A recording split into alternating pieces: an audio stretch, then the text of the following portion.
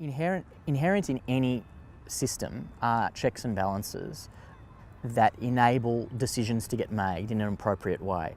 So framed democracy says there is a system of policy creation, there is a system of constituency information and education that is imperative. And so we go into this with an understanding that there is a process that has to happen before we have a position, rather than having a position before the question has even been asked, which is what the ideologically entrenched parties do. The difficulty, in my opinion, is not in fact in creating it so that it works, it's creating it so that what the vision was meant to be from the outcome is always sacrosanct.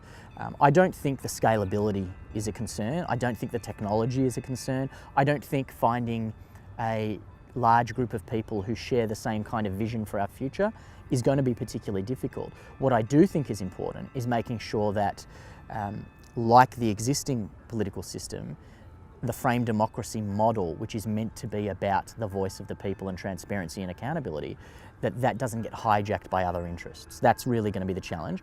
But again, it comes into the way you write the Constitution, the way you build an organisation, the way you frame the questions, your absolute commitment to non-partisan information, and understanding that, framed democracy isn't about left or right. We have supporters right now and volunteers who are as far left and as far right as you can possibly be, and people who would call themselves centrists. It's about looking at the system rather than the policies in the short term. It's about saying, in fact, we have a systemic problem rather than a partisan problem. We need to start from making a system that is more meaningful, that delivers a better, more democratic outcome. And then what flows from that is policy based upon the will of the people.